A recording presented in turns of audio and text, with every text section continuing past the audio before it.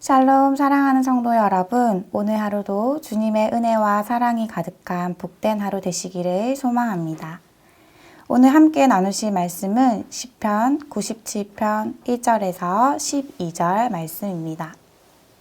여호와께서 다스리시나니 땅은 즐거워하며 허다한 섬은 기뻐할지어다. 구름과 흑암이 그를 둘렀고 의와 공평이 그의 보좌의 기초로다. 불이 그의 앞에서 나와 사방의 대적들을 불사르시는도다. 그의 번개가 세계를 비추니 땅이 보고 떨었도다. 산들이 여호와의 앞 곧 온 땅의 주 앞에서 밀랍같이 녹았도다. 하늘이 그의 의를 선포하니 모든 백성이 그의 영광을 보았도다. 조각한 신상을 섬기며 허무한 것으로 자랑하는 자는 다 수치를 당할 것이라. 너희 신들아 여호와께 경배할지어다. 여호와여, 시온이 주의 심판을 듣고 기뻐하며 유다의 딸들이 즐거워하였나이다. 여호와여, 주는 온 땅 위에 지존하시고 모든 신들보다 위에 계시니이다. 여호와를 사랑하는 너희여, 악을 미워하라. 그가 그의 성도의 영혼을 보전하사 악인의 손에서 건지시느니라. 의인을 위하여 빛을 뿌리고 마음이 정직한 자를 위하여 기쁨을 뿌리시는도다. 의인이여, 너희는 여호와로 말미암아 기뻐하며 그의 거룩한 이름에 감사할지어다. 아멘. 시편 96편은 여호와의 인자를 강조한 시라면 97편은 하나님의 의로운 통치와 심판자로서의 하나님의 권능과 위엄을 찬양하는 시입니다. 이 말씀을 통하여 하나님이 우리에게 말씀하시고자 하시는 교훈 3가지를 함께 나누고자 합니다. 첫 번째는 하나님의 통치하심을 즐거워하며 기뻐합시다. 1절 말씀입니다. 여호와께서 다스리시나니 땅은 즐거워하며 허다한 섬은 기뻐할지어다. 성전에 모인 이스라엘 백성들은 하나님의 다스리심을 선포하시면서 땅과 허다한 섬에게 그분의 통치를 즐거워하며 기뻐하라고 합니다. 여기서 땅과 허다한 섬은 땅끝 해안들을 일컫는 것으로 먼 지역들과 열방들을 상징적으로 표현한 것입니다. 하나님의 다스리심이 이스라엘 땅이라는 좁은 지역을 넘어 예수 그리스도의 복음을 통하여 전 세계와 열방까지 확장될 것을 말해주고 있는 것이죠. 그리고 시인은 2절 말씀에서 구름과 흑암이 여호와를 둘러쌌고 의와 공평이 그의 보좌의 기초라고 노래합니다.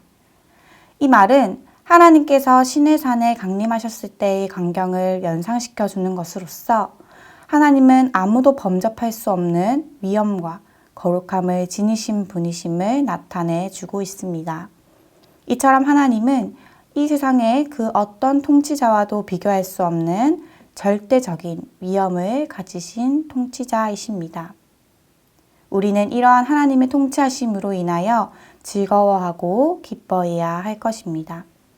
왜냐하면 하나님의 의로운 통치는 창조 이래로 계속되어 왔고 예수 그리스도를 통한 십자가 대속으로 말미암아 이 땅에 대한 하나님의 왕권을 완전히 회복하실 것이기 때문입니다. 예수님께서는 이 땅에 오셔서 십자가를 지심으로 아담의 범죄 이후 이 땅의 공중 권세를 잡아 다스리던 악한 권세는 물론이요, 죄와 사망의 권세까지 완전히 패하셨습니다.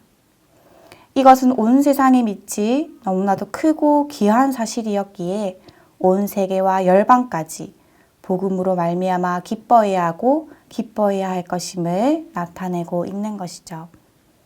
우리는 이러한 하나님의 의로우신 통치 아래에 있는 자들입니다. 이 얼마나 감사한 일인가요? 그러므로 하나님의 사랑과 그분의 의로운 통치 앞에서 늘 기뻐하며 감사하는 저와 여러분들이 되시기를 소망합니다. 두 번째는 하나님을 대적하는 자들을 두려워할 필요가 없습니다. 3절에서 6절 말씀을 함께 보겠습니다. 불이 그의 앞에서 나와 사방의 대적들을 불사르시는도다. 그의 번개가 세계를 비추니 땅이 보고 떨었도다. 산들이 여호와의 앞 곧 온 땅의 주 앞에서 밀랍같이 녹았도다. 여기서 나오는 구름, 흑암, 불, 번개 등은 여호와의 영광과 임재의 상징인 동시에 모든 원수에 대한 하나님의 위엄을 보여주며 하나님의 왕권을 부정하고 하나님의 통치를 거부하는 원수들에게 큰 위엄과 권능으로 그들을 판단하고 다스리심을 보여줍니다. 수많은 대적들이 하나님의 통치에 반기를 들었지만 그들 모두는 하나님의 통치에 굴복할 수밖에 없었습니다. 하나님의 심판 앞에서는 아무리 강한 자라 할지라도 밀랍같이 녹아내리게 합니다. 하나님의 심판은 애굽의 바로도, 아수르의 사네립도, 바벨론의 벨사살도 녹아내리게 하였습니다. 마찬가지로 현재나 앞으로나 세상에서 아무리 강한 힘으로 하나님과 성도들을 대적할지라도 모두 하나님 앞에서 녹아내리고 말 것입니다. 그러므로 우리는 강한 힘으로 하나님과 우리를 대적하는 자들을 두려워할 필요가 없는 것입니다. 장차 예수 그리스도가 심판주로 오실 때 이들은 한낱 먼지와 같은 존재들로 심판을 면치 못할 것입니다.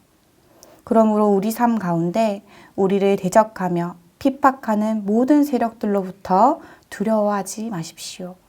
하나님과 우리를 대적하는 그들을 심판날에 모두 녹아내리며 소멸하겠지만 우리는 하나님의 불심판 앞에서 연단한 정금과 같이 나오게 될 것입니다.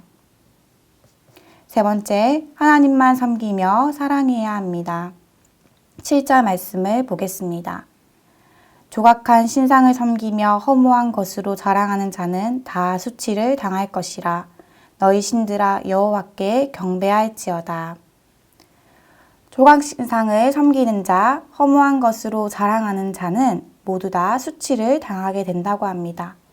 이처럼 조각 신상과 허무한 것은 다 우상을 가리키는 표현인데 이것들은 다 죽어 있는 존재들입니다. 성경은 우상에 대하여 사람의 손으로 만든 바 보지도 못하며 듣지도 못하며 먹지도 못하며 냄새도 맡지 못하는 목석의 신이라고 말하였습니다. 성도 여러분, 이처럼 허무한 것에 지나지 않는 우상을 숭배하는 자가 수치를 당할 것이라는 것은 너무나 당연한 일이지 않겠습니까? 우상 숭배의 끝은 그 어떤 경우에도 허무일 수밖에 없으며 수치인 것입니다. 우리 마음 가운데 하나님이 아닌 다른 우상을 더욱 사랑하며 섬기고 나아가고 있지는 않으십니까? 10절 말씀입니다. 여호와를 사랑하는 너희여 악을 미워하라. 우리는 하나님을 사랑하는 하나님의 자녀들입니다. 여기서 사랑한다는 것은 누군가를 보고 싶어하고 만나고 싶어하고 또 그 사람과 계속 함께 있고 싶어하며 그 사람이 좋아하는 것을 하려고 합니다. 또 사랑하면 닮아간다고도 하죠. 이처럼 하나님을 사랑하는 것도 마찬가지입니다. 하나님을 보고 싶어하고 만나고 싶어하고 함께 있고 싶어하고 이를 넘어 하나님이 좋아하는 것을 하려고 할 것입니다. 그런데 우리는 하나님을 사랑한다고 말로는 고백하지만 우리의 행동은 악을 너무나도 사랑하고 있는 것 같습니다. 미워하고 시기하고 질투하고 정죄하고 교만하고 거만하며 우리의 입으로 나오는 것들을 너무나도 더럽고 거짓이 난무하고 음란하며 욕심이 가득하고 이렇듯 하나님이 아닌 다른 것들을 더욱 사랑함으로 이루 말할 수 없는 죄들로 가득 차 있는 것이 우리의 마음인 것 같습니다.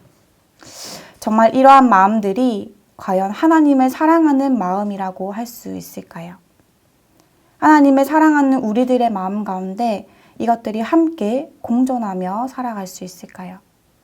사랑하는 성도 여러분, 내 안에 하나님보다 더 사랑하는 우상이 있다면 또 하나님이 아닌 다른 것들로 우리 마음 가운데 가득 차 있다면 그것들을 모두 던져버리고 악을 미워하며 하나님을 더욱 사랑하는 저와 여러분이 되시기를 소망합니다.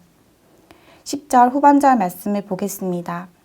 그가 그의 성도의 영혼을 보전하사 악인의 손에서 건지시느니라. 하나님은 사랑하는 자들의 영혼을 보존하시며 악인의 손에서 건져주시는 은총을 베푸신다고 말씀하십니다. 하나님은 약속을 꼭 지키시는 분이십니다. 확실히 성취되는 이 신실한 약속을 우리에게 하신 것이죠. 그리고 그 약속을 이루어 주셨습니다. 어떻게 이루셨나요? 첫 번째로 예수 그리스도를 이 땅에 보내어 주심으로 우리는 모든 죄로부터 자유할 수 있게 되었습니다. 악인의 손에서 우리를 건져내 주신 것입니다. 이 세상의 그 무엇으로도 죄와 사망의 늪에서 헤어날 수 없는 연약한 우리 죄인들을 하나님은 유일하고 완전한 구원자가 되어 주셨습니다. 우리는 예수 그리스도를 믿음으로 인해 온 세상을 의롭게 다스리시는 하나님의 왕권을 경험하고 하나님 나라에 들어가게 되었습니다. 예수 그리스도를 믿는 자들만이 하나님 나라 안에서 사는 자들이며 이 세상과 우리의 삶 가운데서 하나님의 통치와 영광을 보고 경험하는 자들입니다. 또 두 번째로 심판의 날에 심판자로 오실 하나님께서 이 세상의 모든 악들로부터 우리를 구원해 주신다는 것입니다. 심판 뒤의 성도는 영원히 악인의 손에서 구원을 받게 될 것입니다. 그 구원 이후 악인은 성도를 다시 핍박하거나 손해를 주지 못할 것입니다. 그러므로 우리는 우리가 보고 경험하는 모든 것들로 하나님의 의로우신 통치하심과 영광을 찬양하고 기뻐해야 할 것입니다. 하나님을 찬양한다는 것은 결국 하나님을 사랑하는 것이고 하나님을 사랑한다는 것은 악을 미워하는 것이며 의인이 되는 것입니다.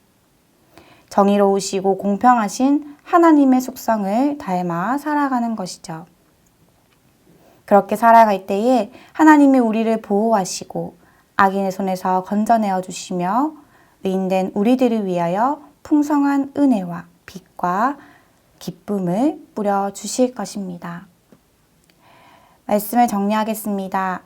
온 세상을 창조하시고 위대하시고 놀라우신 하나님은 이 세상을 의와 공의로 통치하십니다.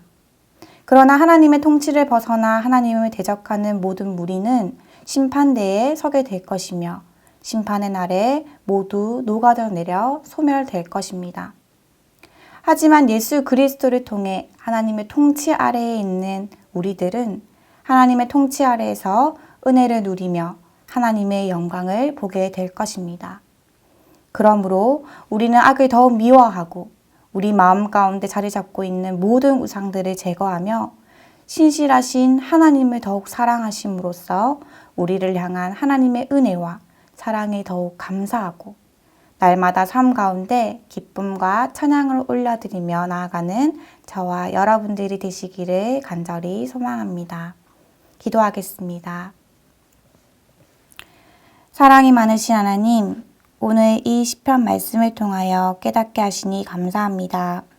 우리의 마음 가운데 하나님이 아닌 다른 것들을 더욱 사랑하고 있다면 마음 가운데 있는 모든 우상과 죄악들이 사라지게 하시고 온전히 하나님만을 바라보고 하나님만을 더욱 사랑함으로써 날마다 삶 가운데서 기쁨과 찬양으로 올려드리는 삶 살아갈 수 있도록 인도하여 주시옵소서.